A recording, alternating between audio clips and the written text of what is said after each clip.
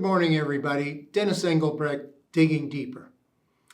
Today's topic is going to be communicating. We all communicate, right? Some of us better than others. But I want to talk about one particular aspect of communication, which I've been witnessing in some of my travels of late and, working with various organizations. And what was brought to mind is communicating is not always about what is said, but what is heard. All right? You may think you're communicating clearly or communicating in a non-judgmental fashion or not, degrading the other person. But oftentimes what is heard is something different from what's intended. So as leaders, I want you to all think about not just what you're saying, but how you're saying it and who you're saying it to. I've witnessed a few things being said that, sometimes blow people off, so to speak.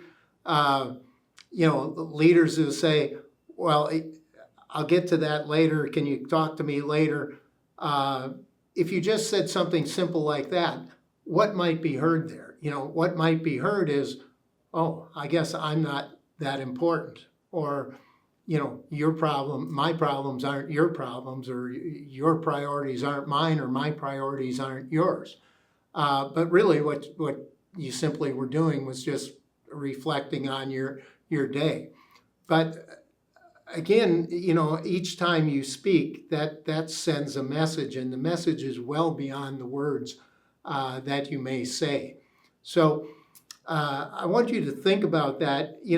What is your communication like? Are you communicating clearly, and are you communicating in a way that the receiver is always getting the message that you want?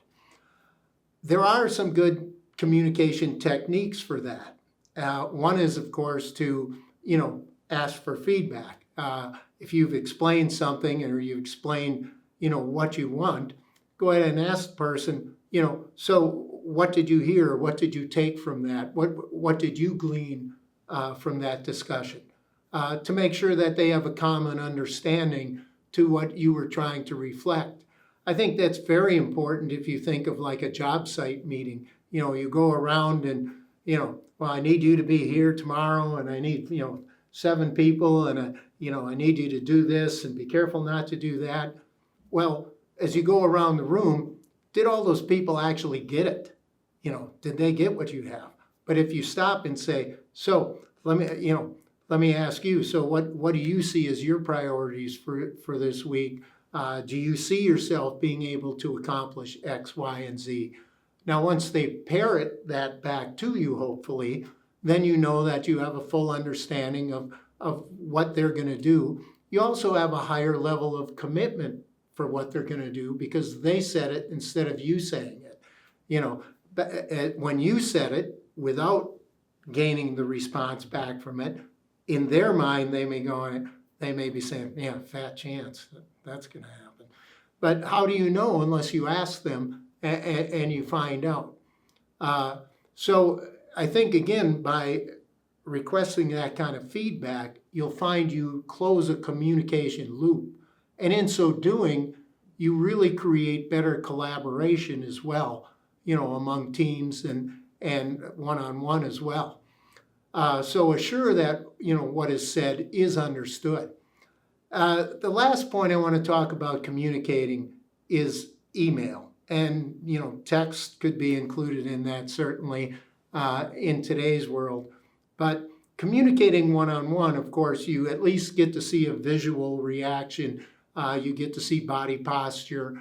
You get to see tone of voice or hear tone of voice in a conversation. And that gives you so much more information on what a person is trying to communicate. Still today, I see lots of folks failing to understand that with email, nobody knows what your emotions are when you say something. And many emails come across as harsh, uncaring, one way, edicts, and you may not have meant it that way. But remembering that in an email, yelling, when you capitalize, that's yelling. It doesn't come across as well on the other side, and there's no opportunity for immediate feedback as to what you meant. And I've seen many email chains go wrong and even cause, contractors and customers to come apart for years and even permanently just over an email chain gone wrong. So be very careful that, again, what you want to say is what's being heard on the other side. And with email, that's even much more difficult than it is in person. But again, there are ways to achieve that by soliciting response and things like that. So again, watch your communication, make sure what is said is what's being heard, or be at least concerned with what is being heard. Dennis Engelbrecht, Digging Deeper. Thanks for tuning in.